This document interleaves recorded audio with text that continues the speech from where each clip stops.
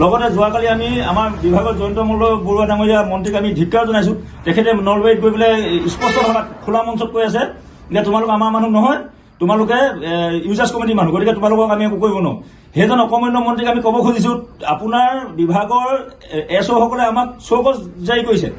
যোৱাকালি আমাৰ হাতলৈ চৌকজ জাৰি কৰিছে যে তোমালোকে কিয় বিভাগৰ অনুমতি নোলোৱাকৈ, বিভাগৰ পৰা কোনো ধৰণৰ অনুমতি বিষয় বিভাগ নজনোৱাকৈ তোমালোকে কিয় মানে এই কৰ্মবিৰতি আছা, তোমালোকে চৌকজ দিয়া নহ'লে তোমালোকক বিহিত ব্যৱস্থা লোৱা হ'ব। আপোনাৰ বিভাগত কি এখতিয়াৰ আছে আমাক চৌকজ বিচাৰিবলৈ? আমাক আপোনালোকে বিভাগৰ পৰা দৰমহা দি আছে নে আপোনালোকে আমাক এপইণ্টমেণ্ট দিছিলে? যিদিনাখন আপোনালোকে আমাক পাব্লিক হেল্থৰ মানুহ বুলি গণ্য কৰিব, যিদিনাখন পাব্লিক হেল্থে আমাক পইচা দিব, যিদিনাখন আমাক পাব্লিক হেল্থৰ পৰা এপইণ্টমেণ্ট দিব, সেইদিনাখন আপোনালোকে দাবী কৰিব আমাৰ হেৰি বিচাৰিবলৈ, আমাক চৌকজ বিচাৰিব। এতিয়া আপোনাৰ কোনো এখতিয়াৰ নাই আমাক চৌকজ বিচাৰিবলৈ। আপোনাৰ আমি মানুহ নহয়, আপুনি যিদিনাখন ক'ব আপোনাৰ মানুহ বুলি সেইদিনা আমাক চৌকজ বিচাৰিব। 6,500 টকাত এটা অকমান্য বিভাগত আপুনি মন্ত্ৰী হয় আপুনি আমাক ছাটাই কৰাৰ কথা কৈছে। মই আগতে এবাৰ আপোনাক প্ৰেছ মিটত এনেকৈ ধৰণে কৈছিলোঁ, আপুনি আমাৰ সদৌ অসমৰ জলমিত্ৰক আপুনি ছাটাই কৰিব নালাগে।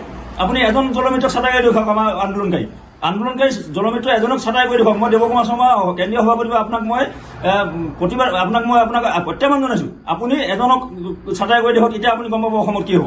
অসমৰ 90% জলমিত্ৰই নিজৰ মাটিত নিজৰ পৈতৃক সম্পত্তিত স্কিম বহাই পেলাই ৰাইজক পানী খুৱাই আছে। আপুনি ক'ৰ পৰা আপুনি ছাটাই কৰা হৈছে? আপুনি ইউজাৰ্ছ কমিটিৰ যোগেদি আমাক চৌকজ নটিচ দিবলৈ আহিছে। ইউজাৰ্ছ কমিটি কোন আপুনি জানে নাজানে? মোৰ ককাই ভাই, মোৰ দেউতাৰ ভাইটি, মোৰ মামা, মোৰ পৰিয়ালৰ মানুহে ইউজাৰ্ছ কমিটিৰ সভাপতি সম্পাদক। গতিকে আপোনালোকে এনেকুৱা অবাধ্য কথা আপোনালোকে ক'বলৈ নাহিব।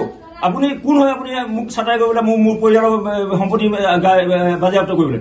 আজিলৈকে মই মোৰ সম্পত্তিত খাজনা দি আছো, আজিলৈকে মই হেৰি দি আছো। আপোনাৰ 10, 15, 12 বছৰ খাজনা আপুনি আমাক পৰিশোধ কৰক, তাৰ উপৰি আমাৰ মাটি মূল্য দিয়ক, তাৰপিছত আপুনি ক'ব ছাটাই কৰাৰ কথা। আপুনি কোন হয় ছাটাই কৰিবলৈ? আৰু আপুনি বাহিৰৰ ষ্টেটবিলাকত ৰাজ্যবিলাকত আপুনি খবৰ লওক, এই যে JJM-ৰ ন্যূনতমৰ এই গ্ৰাছৰুটৰ যিসকল কৰ্মী, পাম অপাৰেটৰ বা আপোনাৰ যিসকল আমাৰ হেৰি আছে, কেয়াৰটেকাৰ আছে, তাততো জলমিত্ৰৰ নাম হোৱা নাই এতিয়ালৈকে। আপুনি খবৰ লওক, আমাৰ তাত তেওঁলোকৰ কিমান পাৰিশ্ৰমিক আছে, তেওঁলোকৰ দৈনিক মজুৰি কিমান, খবৰ লওক। তাৰপিছত আপুনি আমাৰ কথা পাতিব। আপোনাক আমি একো অবান্ধ কিবা খোজা নাই, আমি আপোনাক আমাৰ প্ৰাপ্য খুজিছোঁ। আপুনি ৰেগুলাৰ কৰিব নাই, আমি ৰেগুলাৰ কৰিবলৈ বিচৰা নাই। আমাক ৰেগুলাৰ আমাৰ যিটো আমাৰ প্ৰাপ্য চৰকাৰী আইন মতে, আমাৰ ৰাজ্যিক আইন বা ৰাষ্ট্ৰীয় আইন মতে আমাৰ যিটো ন্যূনতম মজুৰিটো খুজিছোঁ, তাকো যদি আপুনি দিবলৈ অকমান্য, তেতিয়াহ'লে আপুনি পদত্যাগ কৰক। আপুনি মন্ত্ৰী হৈ থকাৰ কোনো যোগ্যতা নাই।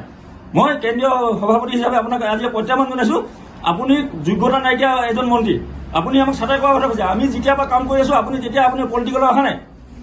আমি যিদিনাখনৰ পৰা পাব্লিক হেল্থত কাম কৰিছোঁ, আপুনি পলিটিক্সত তেতিয়া জইন কৰা নাই। তেনেকুৱা মন্ত্ৰী। আৰু আপোনাক মই বাৰে বাৰে কৈ আছোঁ, আপুনি এই পলিটিক্স নকৰিব আমাৰ লগত। আমি কোনো ৰাজনৈতিক পাৰ্টীৰ মানুহ নহয়। হৰ ঘৰ নল, হৰ ঘৰ জল। আমাৰ প্ৰতিজন আমাৰ জলমিত্ৰ অসমৰ ৰাইজৰ প্ৰতিখন জিলাৰ প্ৰতিখন গাঁৱৰ প্ৰতিজন মানুহৰ লগত আমাৰ সম্বন্ধ আছে। আপুনি গম পাইছেনে? আপুনি কাক ধমকি দি আছে আউট কৰিবলৈ? সেই আজি অসমৰ ৰাইজে আজি পানী খাবলৈ নাপায় 3 দিন 4 দিন হাহাকাৰ কৰি আছে। আমাৰ স্কিমৰ ওপৰত ভৰসা কৰি আছে। কাৰোবাৰ ঘৰত মটৰ নাই, কাৰোবাৰ আজি টিউবৱেল নাই, কাৰোবাৰ ঘৰত কুঁৱা নাই। তেনেকুৱা মানুহে কান্দি আছে পানী খাবলৈ। পানী কিনি খাইছে 50 টকা 100 টকা পইচা দি পেলাই পানী বটল নি কিনিবলগীয়া, খাবলগীয়া হৈছে। তেনেকুৱা অৱস্থাত আপুনি সেই মানুহক অৱমাননা কৰি আছে। জলমিত্ৰক আপুনি অকলে অৱমাননা কৰা নাই, আপুনি অসমৰ ৰাইজে পানী খাবলৈ নাপায় হাহাকাৰ কান্দা কটা অৱস্থা হৈছে। আপুনি কৈ আছে আমাক ছাটাই কৰিম। আপোনাক আমি শেষৰ বাৰৰ বাবে কৈছোঁ, পৰিস্থিতি ভয়াৱহ হোৱাৰ আগতে, জলমিত্ৰৰ দ্বাৰা পৰিস্থিতি ভয়াৱহ হোৱাৰ আগতে আপুনি ডিচিশ্যন লওক। অহাকালিলৈ আমাৰ সমগ্ৰ অসমৰ ডিভিজনত আমাৰ কাৰ্যসূচী আমি লৈ থৈছোঁ। এয়া আমাৰ এইবিলাক প্লে কাৰ্ড আমি বনাই আছোঁ। অহাকালিলৈ আমাৰ সমগ্ৰ অসমত আমাৰ কাৰ্যসূচী আছে। আপুনি যদি পাৰে কিবা তাত ব্যৱস্থা ল'বলৈ লওক। আমি কথা দিছোঁ, আপোনাৰ প্ৰত্যাহ্বান আমি গ্ৰহণ কৰিম। আমি সকলো ডিভিজন কালিলৈ ঘেৰাও কৰিম আৰু প্ৰতি ডিভিজনৰ পৰা আপুনি গম পাব। আৰু আমাৰ মৃত যিকেইজন আমাৰ সতীৰ্থ, তেওঁলোকৰ যদি আমি ক্ষতিপূৰণ এবাৰ যদি চৰকাৰৰ পৰা নাপাওঁ, তেতিয়াহ'লে আপোনালোকে গম পাব আমাৰ জলমিত্ৰ কিমান ক্ষমতা আছে, কি আছে। আপোনালোকে বুজি পোৱা নাই জলমিত্ৰ ক্ষমতা। আপুনি ৰান্ধনি বা আপুনি সেই অংগনবাড়ী কৰ্মী বুলি আমাক নাভাবিব। আমি তাহাঁততকৈ বহুত কষ্ট কৰা, আমাৰ জীৱন ত্যাগ কৰিবলৈ গৈ পেলাই আপোনালোকক পানী খুৱাই আছোঁ। গতিকে আমাৰ শেষ হোৱাৰ বাবে আহ্বান, যদি আপোনালোকে কোনো ব্যৱস্থা নকৰে এইবাৰ কিন্তু আমি আপোনালোকক ক্ষমা নকৰিম। আৰু প্ৰয়োজন হ'লে আমি অতি সোনকালে মানৱ অধিকাৰ আয়োগত আমি গোচৰ কৰিম অসম চৰকাৰৰ বিৰুদ্ধে। মানৱ অধিকাৰ আপোনাক খৰ্ব কৰি আছে। আপুনি সাংবিধানিক যিটো আমাৰ অধিকাৰ খৰ্ব কৰিছে, সংবিধানে আমাক যিটো পাৱাৰ দিছে সেইটো আপোনাক নষ্ট কৰি আছে। এনেকুৱা অধিকাৰ আপোনালোকৰ নাই। আপোনাক আমি শেষৰভাৱে জনাইছোঁ। আৰু অসমৰ ৰাইজক মই ক্ষমা খুজিছোঁ।